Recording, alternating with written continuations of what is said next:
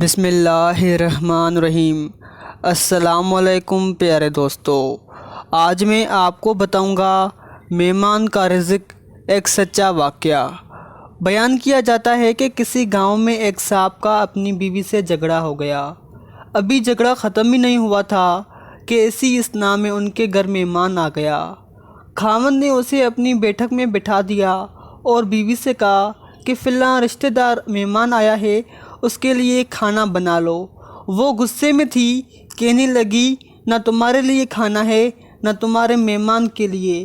وہ بڑا پریشان ہوا کہ لڑائی تو ہماری اپنی ہے، اگر رشتہ دار کو اس بات کا پتہ چل گیا تو خواہ مخواہ خاندان میں بات ہوگی اور کھواری الگ سے ہوگی۔ لہٰذا خاموشی سے آ کر مہمان کے پاس چپ چاپ بیٹھ گیا۔ اتنے میں اسے خیال آ گیا کہ چلو، بیوی اگر روٹی نہیں پکاتی تو سامنے والے ہمارے ہمسائے بہت اچھے لوگ ہیں، میں انہیں ایک مہمان کا کھانا پکانے کے لیے کہہ دیتا ہوں۔ چنانچہ وہ ان کے پاس گیا اور کہنے لگا کہ بیوی کی طبیعت آج کچھ خراب ہے، لہٰذا آپ ہمارے مہمان کے لیے کھانے کا انتظام کریں۔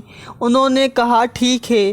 وہ مطمئن ہو کر مہمان کے پاس آ کر بیٹھ گیا کہ مہمان کو کم از کم کھانا تو مل جائے گا، جس سے میری عزت بھی بچ جائے گی۔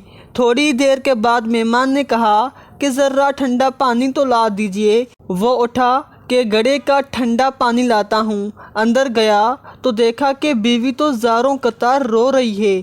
وہ بڑا حیران ہوا اور کہنے لگا کیا بات ہے؟ اس نے پہلے سے بھی زیادہ رونا شروع کر دیا۔ کہنے لگی بس مجھے معاف کر دیں۔ اس کے خاوند نے کہا کہ بتاؤ تو صحیح، آخر تمہارے رونے کی وجہ کیا ہے؟ تم ایسے کیوں رو رہی ہو؟ بیوی نے کہا کہ پہلے مجھے معاف کر دیں، پھر میں آپ کو اپنی بات سناؤں گی۔ خیر، اس نے کہہ دیا کہ جو لڑائی جھگڑا ہوا ہے میں نے وہ دل سے نکال دیا ہے اور تمہیں معاف کر دیا ہے۔